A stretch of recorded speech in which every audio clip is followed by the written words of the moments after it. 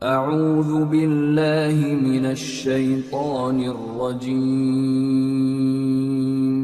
بسم اللہ الرحمن الرحیم۔ شروع اللہ کا نام لے کر جو بڑا مہربان نہایت رحم والا ہے۔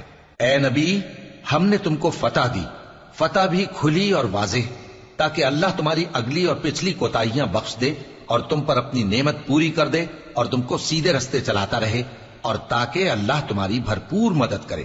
وہی تو ہے جس نے مومنوں کے دلوں پر تسکین نازل فرمائی تاکہ ان کے ایمان کے ساتھ اور ایمان بڑھے۔ اور آسمانوں اور زمین کے لشکر سب اللہ ہی کے ہیں، اور اللہ جاننے والا ہے، حکمت والا ہے۔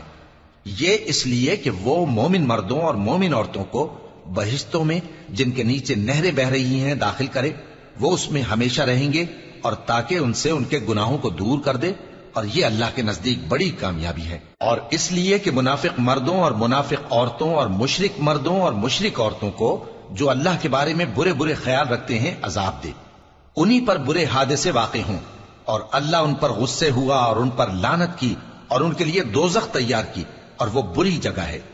اور آسمانوں اور زمین کے لشکر اللہ ہی کے ہیں، اور اللہ غالب ہے، حکمت والا ہے۔ اے نبی، ہم نے تم کو احوال بتانے والا اور خوشخبری سنانے والا اور خبردار کرنے والا بنا کر بھیجا ہے، تاکہ مسلمانوں تم لوگ اللہ پر اور اس کے پیغمبر پر ایمان رکھو اور اس کی مدد کرو اور اس کی تعظیم کرو، اور صبح و شام اس کی تسبیح کرتے رہو۔ اے نبی، جو لوگ تم سے بیعت کرتے ہیں وہ در حقیقت اللہ سے بیعت کرتے ہیں، اللہ کا ہاتھ ان کے ہاتھوں پر ہے۔ پھر جو شخص عہد کو توڑے تو عہد توڑنے کا نقصان اسی کو ہے، اور جو اس بات کو جس کا اس نے اللہ سے عہد کیا ہے پورا کرے تو وہ اسے عنقریب اجر عظیم دے گا۔ اے نبی، جو گنوار پیچھے رہ گئے وہ تم سے کہیں گے کہ ہم کو ہمارے مال اور اہل و عیال نے روک رکھا تھا، سو آپ ہمارے لیے اللہ سے بخشش مانگیں۔ یہ لوگ اپنی زبان سے وہ بات کہتے ہیں جو ان کے دل میں نہیں ہے۔ کہہ دو کہ اگر اللہ تم لوگوں کو نقصان پہنچانا چاہے یا تمہیں فائدہ پہنچانے کا ارادہ فرمائے تو کون ہے جو اس کے سامنے تمہارے لیے کسی بات کا کچھ اختیار رکھے؟ کوئی نہیں، بلکہ جو کچھ تم کرتے ہو اللہ اس سے واقف ہے۔ بات یہ ہے کہ تم لوگ یہ سمجھ بیٹھے تھے کہ پیغمبر اور مومن اپنے اہل و عیال میں کبھی لوٹ کر آنے ہی کے نہیں، اور یہی بات تمہارے دلوں کو اچھی معلوم ہوئی اور اسی وجہ سے تم نے برے برے خیال کیے، اور آخر کار تم ہلاکت میں پڑ گئے۔ اور جو شخص اللہ پر اور اس کے پیغمبر پر ایمان نہ لائے تو ہم نے ایسے کافروں کے لیے آگ تیار کر رکھی ہے، اور آسمانوں اور زمین کی حکومت اللہ ہی کی ہے، وہ جسے چاہے بخشے اور جسے چاہے سزا دے، اور اللہ بخشنے والا ہے، مہربان ہے۔ جب تم لوگ مال غنیمت لینے چلو گے تو جو لوگ پیچھے رہ گئے تھے وہ کہیں گے ہمیں بھی اجازت دیجئے کہ آپ کے ساتھ چلیں۔ یہ چاہتے ہیں کہ اللہ کے قول کو بدل دیں۔ کہہ دو کہ تم ہرگز ہمارے ساتھ نہیں چل سکتے، اسی طرح اللہ نے پہلے سے فرما دیا ہے۔ پھر کہیں گے نہیں، تم تو ہم سے حسد کرتے ہو۔ بات یہ ہے کہ یہ لوگ سمجھتے ہی نہیں مگر بہت کم۔ اے نبی، جو گنوار پیچھے رہ گئے تھے ان سے کہہ دو کہ تم جلد ایک سخت جنگجو قوم کے ساتھ جنگ کے لیے بلائے جاؤ گے، ان سے تم یا تو جنگ کرتے رہو گے یا وہ ہار مان لیں گے۔ اگر تم حکم مانو گے تو اللہ تم کو اچھا بدلہ دے گا، اور اگر منہ پھیر لو گے جیسے پہلی دفعہ پھیرا تھا تو وہ تم کو بڑی تکلیف کی سزا دے گا۔ نہ تو اندھے پر سختی ہے سفر جنگ سے پیچھے رہ جانے میں، اور نہ لنگڑے پر اور نہ بیمار پر سختی ہے۔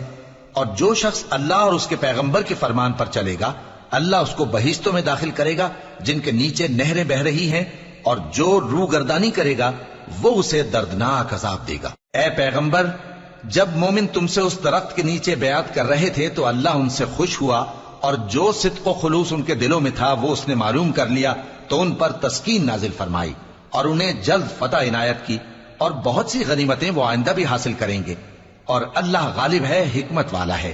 اللہ نے تم سے بہت سی غنیمتوں کا وعدہ فرمایا ہے کہ تم ان کو حاصل کرو گے، پھر اس نے یہ غنیمت تمہیں جلدی سے دلوا دی اور لوگوں کے ہاتھ تم سے روک دیے۔ غرض یہ تھی کہ یہ مومنوں کے لیے اللہ کی قدرت کا نمونہ بن جائے اور وہ تم کو سیدھے رستے پر چلائے۔ اور کچھ اور غنیمتیں دے گا جن پر تم قدرت نہیں رکھتے، اور وہ اللہ ہی کی قدرت میں ہیں، اور اللہ ہر چیز پر قادر ہے۔ اور اگر تم سے کافر لڑتے تو وہ پیٹ پھیر کر بھاگ جاتے، پھر وہ کسی کو نہ دوست پاتے اور نہ مددگار۔ یہی اللہ کی عادت ہے جو پہلے سے چلی آتی ہے، اور تم اللہ کی عادت میں کبھی تبدیلی نہ پاؤ گے۔ اور وہی تو ہے جس نے تم کو ان کافروں پر فتح یاب کرنے کے بعد سرحد مکہ میں ان کے ہاتھ تم سے اور تمہارے ہاتھ ان سے روک دیے، اور جو کچھ تم کرتے ہو اللہ اس کو دیکھ رہا ہے۔ یہ وہی لوگ ہیں جنہوں نے کفر کیا اور تم کو مسجد حرام سے روک دیا، اور قربانیوں کو بھی کہ اپنی جگہ پہنچنے سے رکی رہیں۔ اور اگر ایسے مسلمان مرد اور مسلمان عورتیں نہ ہوتی جن کو تم جانتے نہ تھے کہ اگر تم ان کو پامال کر دیتے تو تم کو ان کی طرف سے بے خبری میں نقصان پہنچ جاتا، تو بھی تمہارے ہاتھ فتح رہتی، مگر تاخیر اس لیے ہوئی کہ اللہ اپنی رحمت میں جس کو چاہے داخل کر لے۔ اور اگر دونوں فریق الگ الگ ہو جاتے تو جو ان میں کافر تھے ان کو ہم دکھ دینے والا عذاب دیتے۔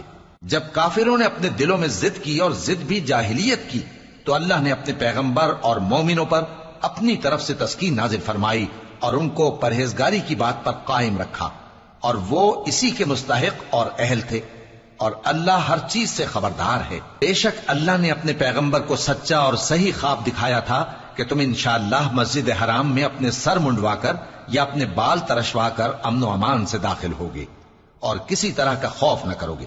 جو بات تم نہیں جانتے تھے اللہ کو معلوم تھی، سو اس نے اس سے پہلے ہی جلد ایک فتح عطا فرمائی۔ وہی تو ہے جس نے اپنے پیغمبر کو ہدایت کی کتاب اور دین حق دے کر بھیجا تاکہ اس کو تمام دینوں پر غالب کرے، اور حق ثابت کرنے کے لیے اللہ ہی کافی ہے۔ محمد صلی اللہ علیہ وآلہ وسلم اللہ کے پیغمبر ہیں، اور جو لوگ ان کے ساتھ ہیں وہ کافروں کے مقابلے میں تو سخت ہیں اور آپس میں رحم دل۔ اے دیکھنے والے، تو ان کو دیکھتا ہے کہ اللہ کے آگے جھکے ہوئے سر بسجود ہیں اور اللہ کا فضل اور اس کی خوشنودی طلب کر رہی ہیں۔ کثرت سجود کے اثر سے ان کی پیشانیوں پر نشان پڑے ہوئے ہیں۔ ان کے یہی اوصاف تورات میں ہیں اور یہی اوصاف انجیل میں ہیں۔ وہ گویا ایک کھیتی ہے جس نے پہلے زمین سے اپنی سوئی نکالی، پھر اس کو مضبوط کیا، پھر موٹی ہوئی، اور پھر اپنے تنے پر سیدھی کھڑی ہو گئی، اور لگی کھیتی والوں کو خوش کرنے تاکہ کافروں کا جی جلائے۔ جو لوگ ان میں سے ایمان لائے اور نیک عمل کرتے رہے ان سے اللہ نے گناہوں کی بخشش اور اجر عظیم کا وعدہ کیا ہے۔